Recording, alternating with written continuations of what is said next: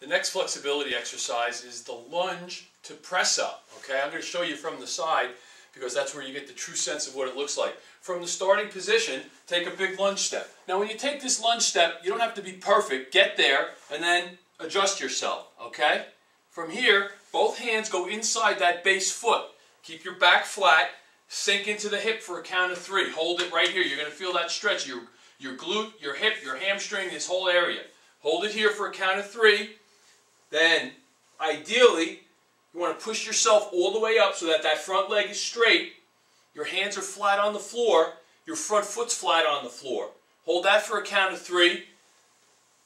Sink back in. Hold that. Press up. And then come back down. You're going to do that 3 times. After the 3rd time, replace here. Okay, now you'll get a chance to see. If you have a hard time getting down, okay, you can bridge your fingers, get into that same position until you're loose enough, sink, press back up, hold it for a count of 3, come back down. Again, you'll feel the back leg stretch as well in the hip. It's a great stretch. Come back up. Again, when you're done, after 3 each side, come back to the push-up position, walk your hands back, and then stand up slowly. Again, when you're down in those positions for 30, 40 seconds, you don't want to jump right back up.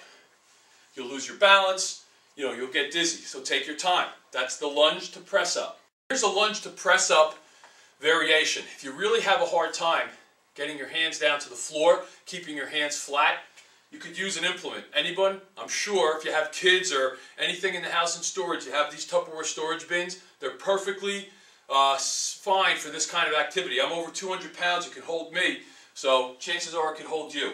Get in that position, get into the lunge here, okay? So now you've got your foot right on the outside of the box. You have your hands either on the sides of the box or right on top of it.